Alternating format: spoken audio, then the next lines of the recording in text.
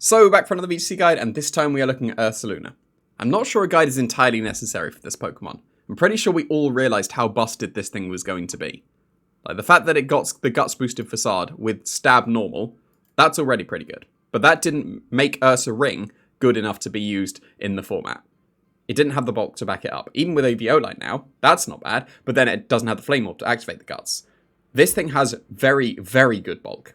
On top of the power that it has from its base attack and the facades, it's got very good bulk.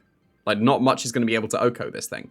So the combination of the fantastic bulk, the fantastic offense, this thing's going to be busted. Also slow enough for Trick Room, for sure. You can definitely just go with neutral, like Adamants and 31 IVs, and then try and speed creep opposing Iron Hands if you want to play outside of Trick Room. But going min speed for Trick Room seems to be the way to go for Ursaluna, because that's its preferred environment. Guts Booster Facade OHKOs most things. Like, this much attack investment is able to OHKO things that are built to survive a Mystic Water, Tera Water, Surging Strikes from an Urshifu. And it just OHKOs them with Facade. Like, that's going to be one of the main benchmarks of survival in the format, and Ursaluna just ignores it and KOs it anywhere with Facade.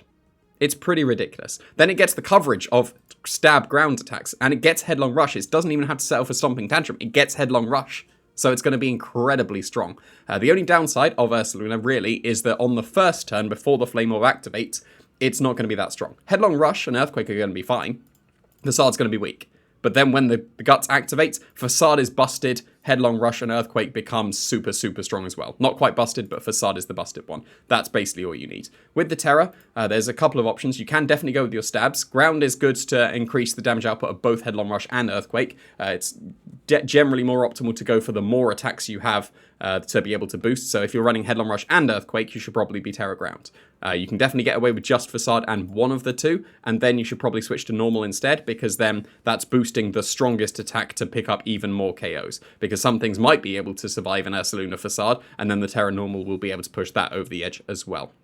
The defensive investment changes the role from a Surging Strikes from a Scarf Urshifu from a 56% chance to KO you to a 12% chance to KO you. Obviously, the Flame Orb can tip that over the edge, but you're most likely going to be able to survive the Scarf Urshifu Surging Strikes if you don't have to Tera, and then just the rest dumped into special defense. You can definitely just go max attack with the Ursaluna to just get the most amount of damage with Facade, but this seemed like the most amount necessary to pick up all the KOs you need to, therefore you might as well invest them anyway, because if you're doing 100% to something or 110% to something, that's still a KO, you might as well choose the 100 and get some extra bulk, even though it's being sacrificed just a little bit with the Flame Orb. But here are some other options to have on Ursaluna. This is not a recommended moveset, these are other options to have on this. It should be Facade, Protect, Ground type attack, and then one of these if you want them as well.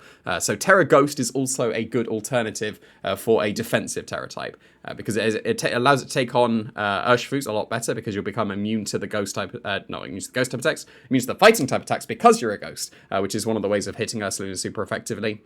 Not going to be able to fake out this to stall out any kind of Trick Room or anything. You'll just be able to blaze through. That's why Shadow Claw is reasonable on this as well, because you could get the stab Tera Ghost Shadow Claw as well, while being able to hit things that would otherwise wall you. Like, there's going to be an occasional Drift Blim that will pick up because that walls Ursaluna otherwise. Just be a way of hitting those. You're going to be able to OHKO things like Fluttermane if you Tera Ghost for sure as well, so Shadow Claw is worth considering, but these are probably better anyway. Bulk Up and Swords Dance are a way of boosting through Trick Room, so if they're trying to protect past your Ursaluna, you can just Swords Dance or Bulk Up in their face, and then you literally OHKO everything.